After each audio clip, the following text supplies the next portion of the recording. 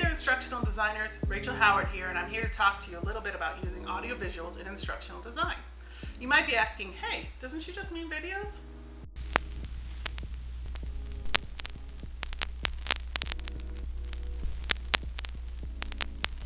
Learners can glean more from your lessons when you're using a combination of audio and visual together to create an audiovisual format.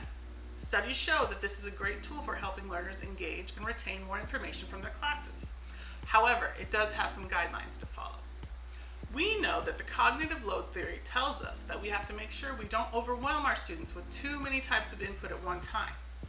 We need to be aware of the intrinsic load, the level of complexity of the subject, the germane load, how hard it is for learners to absorb and how we organize the subject matter, and avoid extraneous load, anything that adds too much background noise to a lesson or too much extra unnecessary information.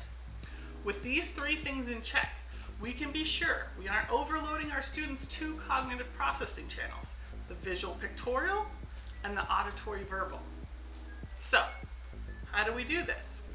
Here are 4 ways to get started.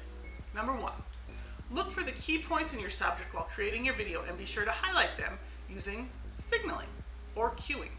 This helps your students identify important topics, but keep it reined in. Too many bells and whistles will be confusing to what exactly they should be paying attention to. Number 2, consider making more than one video. Segmenting will chunk out your topics and give your learners a chance to focus on what is the most important sections of the lesson. Shorter sections will keep them engaged much better than longer ones. Number 3, dig some of it out. Ask yourself, do I really need this when putting together your lesson? This is called weeding. If this is the only really important takeaway, do you really need all of this extra info? Their cognitive load is already running on high. Don't waste it on extraneous information. Finally, number 4, use matching modality to use your students' processing channels to the fullest.